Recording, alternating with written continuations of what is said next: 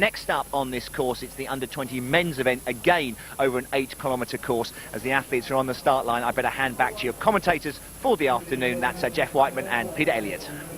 Thanks, JR. Well, this once again is a World Championship trial situation for the young men.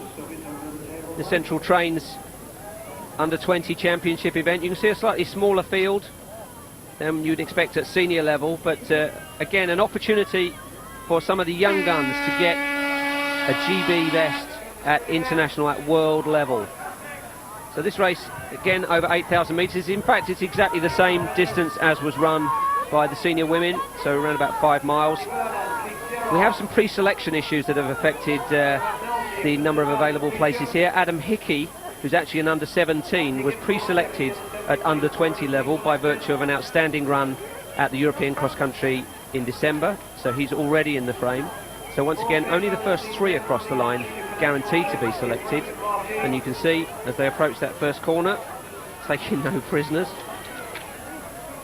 227, that's Barks of the home county of Nottinghamshire. So going for some glory. A few favoured names in here.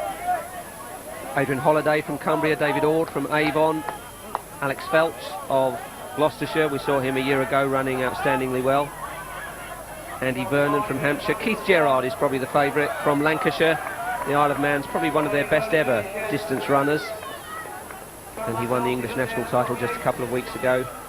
Conor McNulty from Scotland, Kelvin Hardy from Suffolk. So only 3 of them at the end of this race will be guaranteed to be in the frame for World Championship selection, and the rest will be in the hands of the selectors. But you sense that probably today's race in this age group, Peter, will have the strongest bearing. There won't be too many resting on their laurels, not here, or contesting indoor track championships. It's pretty much about do or die for these under-20 athletes. That's right, Jeff, it is. It's a matter of coming out here and trying to establish yourself in that team. It was interesting, the start of this race, because obviously they have to attack a hill straight away, which can sort out the men from the boys, as it may be said. And it was interesting, Mr. Bartsch, the local lad from Nottingham, wanting to get straight to the front, and the old thumbs up sign to his many adoring fans at the top of the hill. Found himself back in the pack those since. But yeah, it's good to see, obviously, large numbers like this as well turning out for the races, and at the moment we don't really have anybody that's prominently either just happy to settle into the race, settle into a rhythm, and just wait for the move of one of the favourites possibly. Well, Keith Gerrard will be in the red rose of Lancashire. He won the English national title in Birmingham very convincingly. The first athlete from the Isle of Man ever to win a national title. 5th in this race last year, and led the British team at the World Championships with 50th place in Brussels. And he actually missed out on the bronze medal winning junior team just before Christmas in the European Championship because of illness. But he's raced sparingly, trained very diligently in the build-up to this race, and he was the national under-17 silver medalist in 2003. You can see the athletes already spread out, very wide disparity in the range of ability of these athletes. Under-20 is a tricky age group. It's the post-school age group, really. It's those that have left school and gone on to work, or those that continue in full-time education, and that's an age group where the sport traditionally has to work very hard through its clubs and its coaches to keep young athletes engaged in the sport. But this is a generation that's doing pretty well. European bronze medalists at those championships just before Christmas. And so I guess when you permutate the Africans back into the equation for the World Championships, it becomes a very much different prospect for the World Championships. But let's go back to John Ridgeon and check up on some results. Yes, let's check out the official result of our first event, the senior women's 8-kilometre event. There you go, Hayley Yelling winning, so the European champion becomes the inter-counties champion. The youngster Charlotte Dale in 2nd position, and a little bit back but still in 3rd position, Kathy Butler. Those 3 automatically selected for the GB team for those World Cross Country Championships coming up in 2 weeks' time in St Galmier in France. And I'm delighted to say we can now hear from Hayley Yelling. She's with Kelly Dalglish. Yeah, thanks, John. Hayley, it was an exciting finish, but was it tough work for you? It was, actually. It was really hard going, especially up the hills, because I know Charlotte's quite strong up the hills, and then my laces came undone on the first lap, so I was like, oh no, shall I stop, do them up? I didn't know what to do, so it was quite tough. And you knew that you had your sprint finish in the bag? Well, yeah, it was quite good. I did think, oh, if I stay with her, you know, I hopefully have got a bit more of a sprint finish than she has, but she's so strong at the moment, so she gave me a run for my money anyway. And yet another title for you this season. How does that feel? Yes, it's good. It's always nice to win. Yeah, so pleased. Okay, well, Hayley, congratulations and thanks very much. Thank you. Well, good old matron, winning a title with her shoelaces undone. She's quite a character. You can see, look at that pack. We've had some runaway leaders in some of the earlier races, but look at that, loitering with intent, a group of about 25 under-20s, nobody wanting to take it on. They're actually, insofar as there is still a breeze after the sleet and snow that we've had, they're into the teeth of it now, and you can see the effect is a rather blanket group of athletes. This would be your type of running, wouldn't it, Elliot? Loitering in the pack, letting somebody else do the work. Exactly, Jeff. Yes. I was, you know, I'd have been sat there in the comfort zone, just waiting for something to develop. To say early stages of this race, nobody really wanting to show the hand, and rightly so. Really, you just want to try and conserve as much energy as possible. You know, we're a bit blessed now that the sunshine is beginning to come out, but the course, obviously from the last race and from the weather we have had during the day, is beginning to cut up a little bit. So it's just a matter of the fact that it's a matter of just conserving the energy and just feeling your way through the race and waiting to see what develops. Early stages, and really nobody wanting to show the hand at the moment. Well, it's almost like track tactics. And you can see on this 12-race card that actually the races overlap, so there's just a couple of the tail enders in the women's race being caught by these athletes as they enter their finishing straight. The action comes thick and fast. But this is very curious. I don't think 6 minutes into the race we would have expected to see a pack spread right across the width of the course. The big names are all in there. We've mentioned Keith Gerrard wearing 150 for Lancashire. Also Andy Vernon, who was second in the English National Juniors 2 weeks ago. He wears 121 for Hampshire. But still anybody's race. And you can see actually, just on the visual looking at the vest, you can see that counties like Hampshire in the white with that green band have got quite a few scorers in that leading group. So the team thing, the team competition, which will be 4 to score, will be very closely run if they stay in this sort of formation for much further into the race. A unique feature of this race in a cross-country context is that their timing is done by champion chip. If you look very closely, you'll be able to see it on some of the athletes where they're not wearing socks. They have a strap around their ankle that has a chip timing device that accords with their name, county and details, and that automatically triggers as they cross the sensor pads at the finish. So in the past, old-style cross-country involves marshalling people down the finish line, one in a line, and they have to keep moving. Here, once they cross the sensor pads, they can pretty much wander down the finish line, the finishing chute, in their own time, because their time is taken by computer automatically, and it means we get an individual result and a team result within a matter of a minute or two of the leading contenders crossing the line.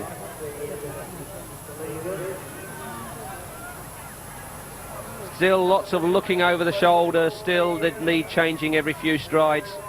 Very, very cagey race this. Unusual, you see it in track racing, sometimes see it on the roads. Cross country is usually a bit more blood and guts and full on right from the start. But you can see these athletes almost cruising through in third gear. Nobody wanting to overcommit themselves too early as we approach the 8-minute point into the race. At some point, someone will lose their patience, someone will decide that if anybody's going to beat them, they're going to have to work hard for it. Looking head on, wearing 210 for the northeastern counties. That's Stevenson, that's in the gold with the red, blue and green stripes and the shaven head there, you can just see in shot. Just alongside him you may have got a glimpse of the white vest and the red rose. Keith Gerrard, slightly more diminutive figure, probably back in about 8th or 10th place there, just working his way through at the head of the field. We would make him the pre-race favourite, but maybe this hill will start to sort them out a little bit. It's an authentic race circuit here. When the World Cross Country Championships have been held on a race course, this race has been suitable for a trial. When it's been held in mud, we've also got the same conditions. Well, let's catch up with one of the leading authorities in UK cross country, Mick Woods, the head of endurance at St Mary's College. He's with Kelly. Mick, you obviously have a lot of work with these athletes. Who should we be looking out for in this race? Well, I think it's going to be a very interesting race between Keith Gerrard and Andy Vernon today. They both ran very well in the national cross country at Cofton Park, Birmingham. That day, Keith proved the winner, but Andy gave a very good account of himself, and Andy's just coming back from quite a long injury. So I think his performance at the national was obviously good signs for the team for the World Championship. Yeah, how does the qualification work for today? Well, the first 3 across the line are automatically going to be selected, and then after that we'll probably be looking at up to 5, because Adam Hickey will be pre-selected because of his performance in the European Junior Championships where he finished 10th. So how confident are we feeling ahead of the World Juniors? Well, last year both Keith Gerrard and Andy Vernon both ran as bottom year under-20s, and they had excellent performance. Keith was inside the top 50 and Andy was around 60th. So I'm quite hopeful that those two are going to build on that performance from last year and probably lead the team home to, you know, what possibly could be our best position for a number of years. So, Mick, thanks very much. Well, I don't think I've seen a scene like that in a championship cross-country race. Look at them, spread from one tape to the other. It's like the Magnificent 7 riding into town side to side, and yet it's 27. It's almost like we've eavesdropped on some little pact here. Don't race till I give you the word, fellas, and somebody's going to drop a flag in a minute and the race will begin in earnest. But you can see the width of the course, about 20 metres, about 20 athletes in there, and there is nothing to choose between them. This is cagey, to say the least, Peter. Well, it is. It's a complete contrast to the last race we saw, where we had the four athletes going out and making a race of it. Lot at stake here today, Jeff, and as we've mentioned about making GB team taking a title, obviously the Reebok Challenge, so there is a lot at stake. But this looks like a Saturday afternoon training run around the park, and obviously the pace they're going can be quite deceptive. But it just is a matter of that nobody really wants to go to the front and start making a race of it. And eventually, as this race progresses, somebody's going to have to, put the gauntlet down and start to try and make a good run for it and find out what the others have.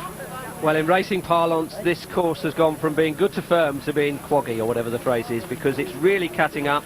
Obviously, it's a multi-lap course, so every time we have 300 runners in a race, they do 3 or 4 circuits, and just look at the way that is roughing up.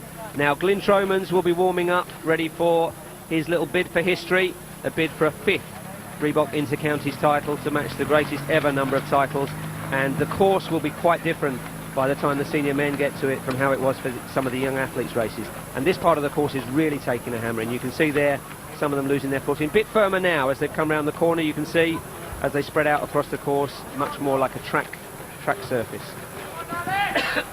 I think, talking about the weather conditions, I think in the past that the trials have always been run here. The course has stood up to the athletes very, very well, and this is going to be quite, I would imagine, for obviously someone like Glyn Tromans, the experience of Glyn Tromans coming around here, this is going to be quite different for Glyn, and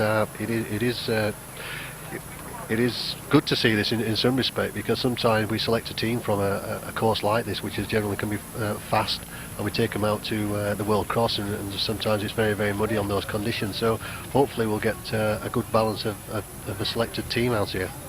And you could just sense from that shot that it is now on in earnest. That's Keith Gerrard, the pre-race favourite, wearing number 150 in the white singlet of Lancashire, has just eased his way to the front. You could see a few sideways glances. Gerrard was the man they were looking for. From the Isle of Man, the English national champion from 2 weeks ago, he was the one in form. He was the one they were keeping an eye on, and when Keith decided it was time to race, it's time to go. And already that pack now is down to 7, 8, 9 athletes, and I think now we really have a race on our hands. 13 minutes in, it's going to take around about 30 minutes, so they're approaching the halfway point. But Keith Gerrard, pre-race favourite, has decided game on. Well, he's taken the lead, but it's not exactly decisive, is it, Jeff? It's just a matter of, as saying earlier, probably just someone saying, well, come on, let's just start to thin this field out a little bit. Stevenson up there and Gerard. And we say you've got a pack of 9, 10 athletes, but it's not. It's probably not the race that the athletes, when they were warming up, were quite expecting. Just looking to see if there's more than one county vest in there, just as an indication of where the team honours might go. Hampshire wear those white singlets with the green vertical stripe. Keith Gerrard looks like the lone Lancashire competitor in there. Essex have been having a good day so far in the team competition. Eamon Martin, part of the team management there, and they've really keyed up for these championships. You can see 1 or 2 red vests for Essex. 4 to score. So some of those competitors in 4th scoring place for their teams will be back down in the 30s and 40s and even 50s in the field, and every single place and every second back there will count. That's the North Eastern Counties vest, the yellow with the stripes back there in 5th place. But Gerard, you sense, is controlling this race. just about from the front, just applying a little bit of pressure on some of the uphill sections, and that pack that was 20 odd is now slowly being whittled down as we come into the second half of the race. And really a lot at stake here, because there is a pre-selection for this race. Adam Hickey, who actually runs in one of the younger age groups, is sufficiently prodigious and ran well enough in the European Championships in December that he's already been named for the team. So there isn't a full complement of team places available. There you can see confirmation of our leaders, Gerrard, Jones and Vernon. Andy Vernon, who was runner-up to Gerard in the English National Championships a couple of weeks ago. So that rivalry starting to come to the boil also. Individual rivalries, team rivalries, places for the World Championships, and the honour of being the UK #1. I think this race is beginning to start now, Jeff. It seems to imagine we're going now into single file. That big group that went from 13 down to 10 is now becoming really a group of probably going to be going down to 5 or 6. Well, as we track back down the field, and you can see that is a very deceptive incline. As you saw the runners take it, it's only when you get the head-on shot you realise the gradients they're having to work with most of the way around this course. These guys will all be scoring for their counties, 4 to score, so everybody that you can see right the way back down in shot at the moment will be a counter for their county. Now Gerard starting to work a little bit harder, and the man on his shoulder was his silver medalist from the English Championships. These two now breaking away, the big two. Keith Gerrard wearing 150 in the white for Lancashire, Andy Vernon in the white and green for Hampshire, and you can see visibly they are starting to pile on the pace now as they approach the last lap. He must be a real hero in the Isle of Man, don't you think? They love their sport there. They haven't had that much success in track and field, and Keith Gerrard from Manx Harriers, their first ever national champion, he will be pretty well known, I would say, Peter, in the Isle of Man. Yeah, I think you're right. I think people in the Isle of Man, you think about sport and really motor racing, so for some lad to come out here and obviously, you know, make a name for himself on the cross country and coming to an event like this with Tiger being one of the favourites for the race on his shoulders, shows a great deal of character, and you know, he's done the wise thing. He sat in the pack early doors, he tested himself against the others, he was waiting for the right opportunity, and now he's made his break. There's probably something like a 5-metre gap at the moment, and it's a matter of trying to pile on the pressure on this last lap. Well, you don't want to project his career too far ahead, but just looking at him and how well he's going at the moment, how hard he's working. He is in the under-20 age group, so he's a young man in his teens. But maybe he could run a Commonwealth Games in Melbourne in March of 2006. The Isle of Man is a territory, it is a country in its own right for Commonwealth Games purposes. So in barely a year from now, Keith Gerrard, in a singular way within this field, could be running a Commonwealth Games for his native Isle of Man. That will be something to motivate him through next winter. But to motivate him this winter, the prospect of a first UK title to add to his English national title. It's been a very canny race. He was there or thereabouts all the time we had that massive group that stayed together. But when the efforts came, Gerard covered them all, and when the racing was time, when it was time to get underway, it was Gerard that really signalled it by hitting the front. And you can sense now, looking at it, this is a conspicuously quicker speed for both Gerard and Andy Vernon there for Hampshire, the silver medalist from the English National Championship. They both experienced World Championship competition at junior level. Last year, Keith Gerrard was 50th in Brussels, and Andy Vernon was 65th, so they've acquitted themselves very well internationally. They'll want another taste of that, and if they stay in these top 2 positions, they are guaranteed to be on the plane to France in 3 weeks' time. Gerard working really well, got a good style, very compact looking runner, working well on the uphills, keeping off that rougher section, just keeping on the firmer ground. But at the moment, he's still under a bit of pressure, Peter, from Andy Vernon, his nemesis from the English Championships.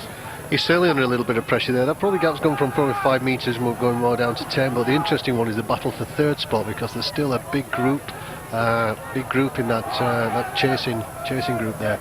And you know, it was interesting as Vernon and Gerard were attacking the hill, that obviously they tried to create as much space between them and the following pack. And I'm going to say this young lad, you know, he looks full of running. It's a great performance for the day, and he's measuring it well, and that gap just seems to be growing and growing all the time as his confidence is as well.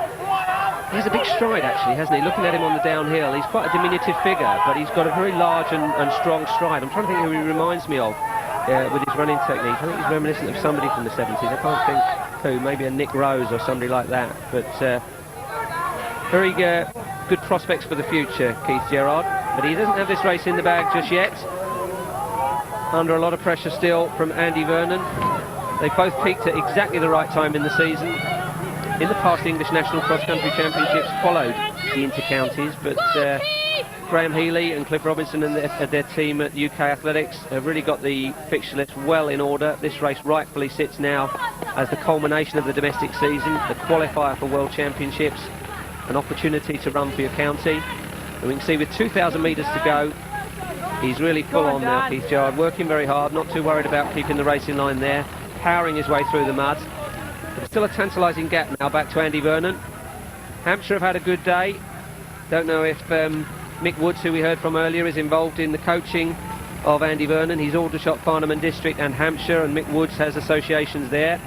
And he's been responsible for many young careers coming out from the famous Aldershot, Farnham and District Club, home of Christina Boxer, Bernie Ford, Roger Hackney, real production line club down there in the Surrey, Hampshire borders.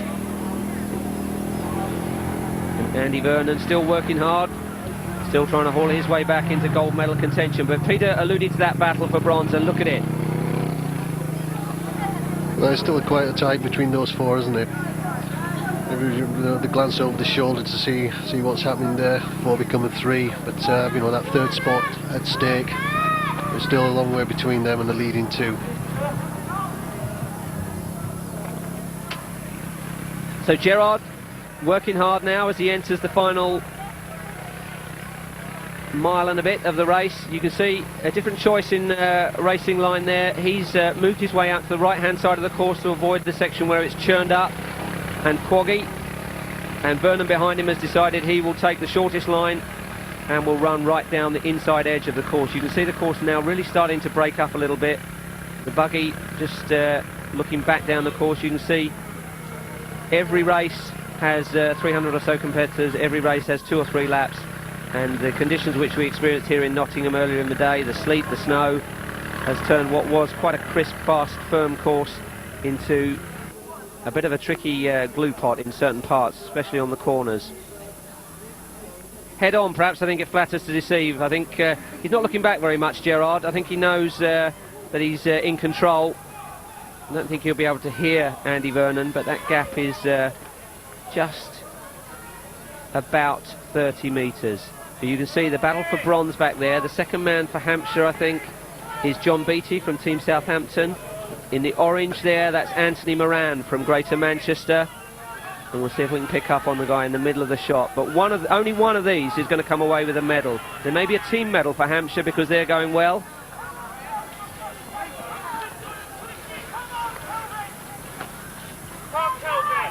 Northeastern counties.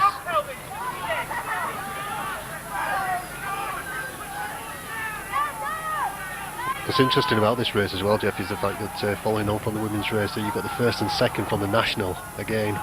And you know, when you're racing 2 weeks earlier against each other again, it's a matter of finding people's strengths and weaknesses. And probably that's why, you know, earlier on when the race was just getting by and labouring away, that it was a matter of, well, this is what we did at the national, and it's just a matter of knowing that, rather than people who don't do the national coming out here and just say themselves in the inter-counties can always, that's when somebody can put a spanner in the works. But these two racing each other, you know, 2 weekends ago, will be obviously a benefit to Gerard to know when to strike and when not.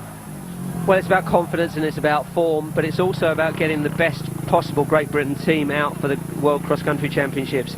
The endurance team, including Alan Story, have toiled over what the gap should be between the trial race and the World Cross Country Championships. It's down to 3 weeks. 3 weeks apart from the trial to the championship, and that has proved to be a successful gap. It means that they can go away on a little training camp together, but really the form that the athletes show at these championships is still the form that they can show in Great Britain colours at world level. These guys have both experienced a taste of IAAF World Championship competition, and it looks to me like Keith Gerrard is now going to be under pressure. Andy Vernon, well, look at that gap now. That gap is getting shorter and shorter, and Andy Vernon, the adrenaline levels will be rising and rising. Perhaps at one stage he might have been tempted to settle for silver, but he has stuck to his task. He's drawing alongside, and you can see the body language. He's pumped up, he's ready to roll. Vernon draws his way back into contention and goes by. Now, we saw this in the women's race. We saw Dale passed by Yelling. Gerrard, though, responds. Gerrard is back alongside, and this is going to be quite a race as they enter the last few hundred metres. There's some track speed amongst these two. It's a rivalry that I think will endure. It took them to gold and silver, but at the moment the positions are reversed from the English National Championship 2 weeks ago. The taller figure of Andy Vernon now starting to power his way to the line, and Keith Gerrard is hanging on. The long-term leader is now really struggling, and it is Andy Vernon from Hampshire who is leading in sight of the finish. Well, what a comeback, and you can see the body language up the hill, altogether different.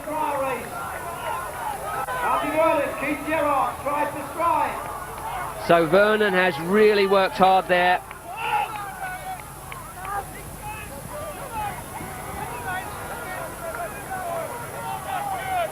Well, look at the devastation of that effort by Andy Vernon. Alongside the wall now, so as he draws himself into that position, he will be able to see the finish line. It's a long straight run. Now what's going on back down the field? The battle for third is still well and truly joined. Only one of those guys will come away with a medal, and that will be getting desperately tense.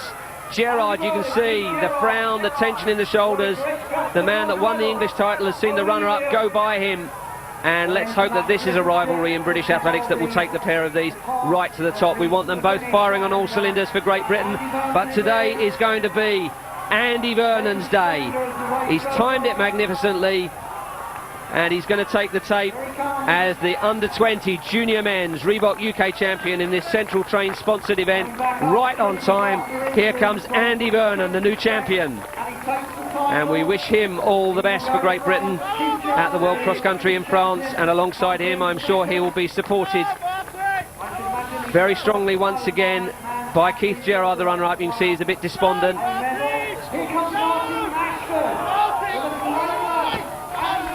It's Anthony Moran on the right-hand side. Oh, he celebrated early on the left. Well, actually, it could be the chip timing that determines who got bronze there. There was a little bit of a celebration on the left from, I think, John Beattie of Hampshire, the second man home for that team. And we'll let the judges sort that one out. Well, the action continues. What a great race. Join us again for more racing here at Wollaton Park. We can catch up on results of that previous race. Let's go to John Ridgeon. Yes, let's get confirmation of the result of our previous race, the under-20 men's 8-kilometre race. It really was a cracking race, wasn't it? Andy Vernon winning from Keith Gerrard, two of the two pre-race favourites there. And in third position, well, it was so close, wasn't it? But in third in the end, Anthony Mashford, coming through for third position finally. That real battle on the line there. So those three are selected for the World Cross Country Championships, along with, of course, Adam Hickey, who's been pre-selected, and we'll see him in action a little bit later on in the under-17 race. But we can now hear from Andy Vernon. He's with Kelly Douglas. Andy, what a comeback. Did you know you had that finish in you? Well, yeah, I knew that I did have a fast finish, because like my previous races, but I wasn't expecting to go and finish and win by that much. But And Keith Gerrard pulled away from you in the Nationals, went on to win it. Were you worried that might happen again? Yeah, I was. Yeah, that's why when he did make his break, I made sure I went with him this time, and he got a little bit of a gap on me, but it was enough to. It was sort of just enough to gain back if I needed to, I thought. So. Do you find it helpful to have a close rival? How important is that to you? Well, yeah, you've always got someone to focus on when there's someone in front of you. That's always useful. When you're out there in the front on your own, you can often lose focus and sort of get mixed up in the, you're in the lead and you're not focused on the race, really. Okay, Andy, congratulations and thanks very much. Yeah.